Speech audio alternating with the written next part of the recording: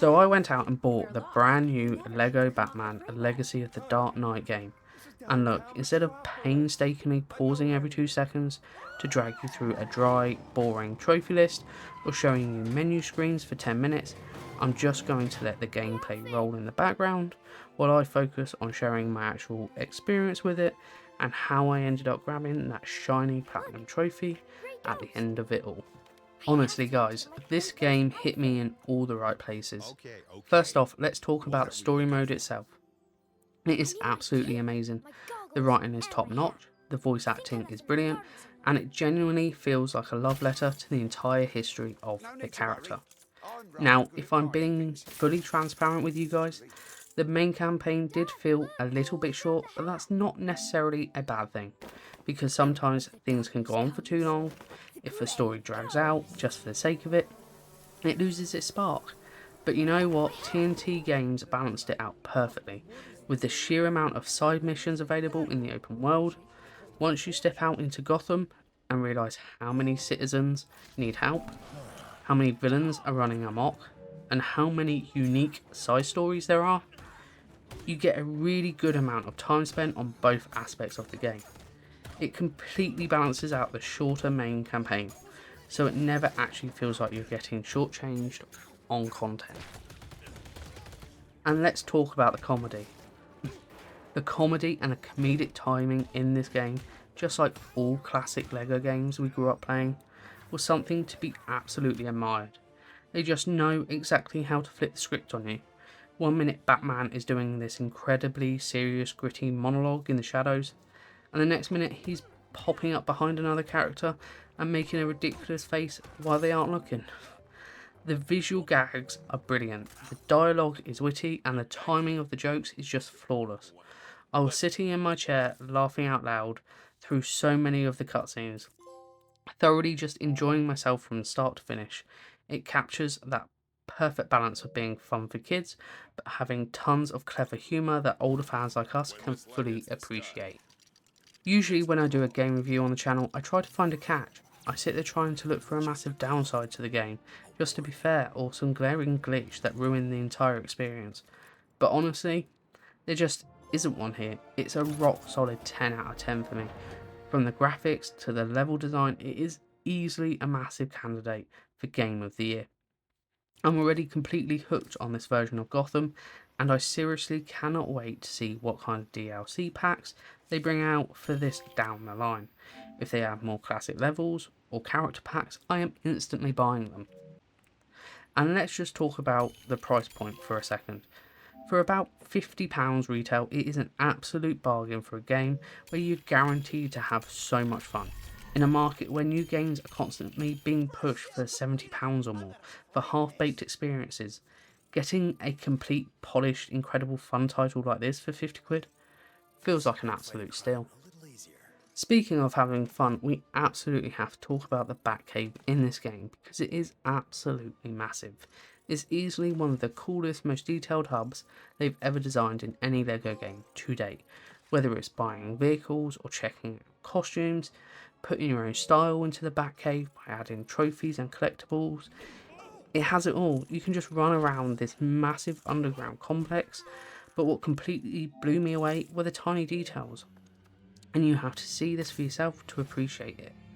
You can actually go up to the massive central back computer console. You'll see it has banks of smaller monitors displaying comic panels and waveforms. But the biggest thing is you can actually change the main display to show things like this hilarious comic book cover, and it literally says Goff and Miller's Smallville in that perfect retro font, complete with a silo, a windmill, and a shooting star in the background. Honestly, how awesome is that? If you're a Superman fan, you know exactly how cool that reference is, and seeing that iconic farmhouse and the fields, even with the specific creator credits for the TV show showing up on Batman's high-tech Lego monitors, is such a brilliant nod. Small details like this just elevate a game in such a massive way. It shows the developers actually cared about the lore and wanted to put a smile on the fans' faces. And that level of care makes the journey to the Platinum Trophy so much better to experience. To get that final I am Batman Platinum Trophy Pop. It takes about 40 hours, give or take a few hours, depending on how fast you move through the world and how focused you are on the cleanup, but the best part about the whole grind, it's not very difficult at all. It is a completely stress-free platinum journey. Even the environmental puzzles and the hidden collectibles, which can completely ruin the platinum hunt in so many other open world games, are actually some of the most enjoyable parts of this game. The puzzles are clever enough to make you think for a second, but they aren't frustratingly difficult or confusing. You're never going to be stuck staring at a wall, wondering what to do next. Sure, when you get into about 30-35 hours, some of the open world activities can get a tiny bit repetitive as you clear up the final districts, but the core gameplay loops are just so much fun that it never feels like a chore. In fact, it was so accessible and well designed that I didn't even need to pull up external guides or YouTube tutorials to help me find stuff. The game gives you all the tools you need naturally.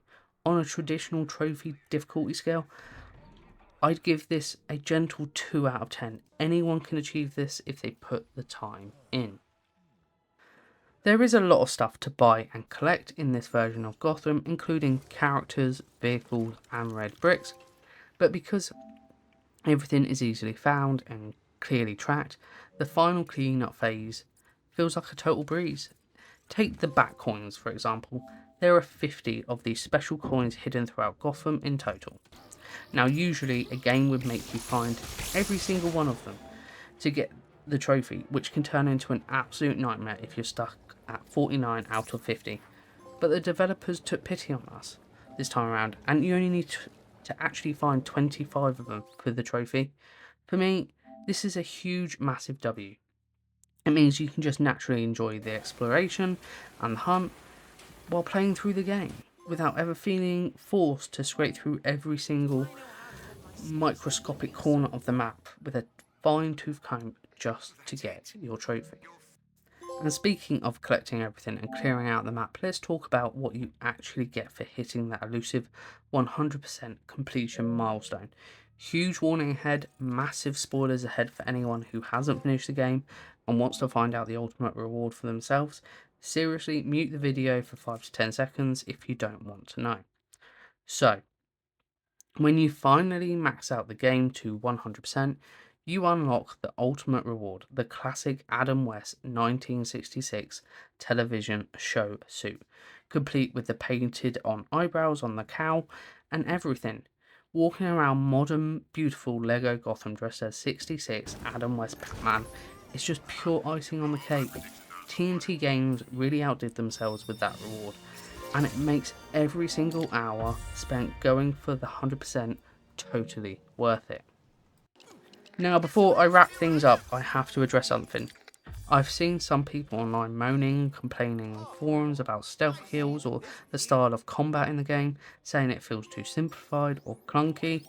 But come on guys, this is a Batman game. That signature free flow combat, building up your combo meter and sneaking around in the rafters to get silent takedowns from the shadows, is literally what the legendary Arkham games did. That is exactly what Batman is all about to me. I think the developers did a fantastic job translating that specific Arkham style, way and flow into the Lego universe, while keeping the controls responsive, satisfying and accessible for everyone. Dropping down from a building to take out a goon feels amazing every single time. At the end of the day, I cannot rate this game high enough. It's fun, it's rewarding, it looks beautiful, and it's a brilliant platinum to add to your collection. If you haven't picked it up yet, do yourself a favour and go grab it. You're going to have an absolute blast from the moment you boot it up.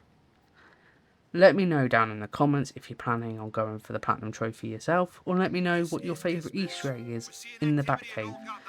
Thank you guys so much for watching. Smash that like button if you enjoyed the video, and until the next time, happy hunting.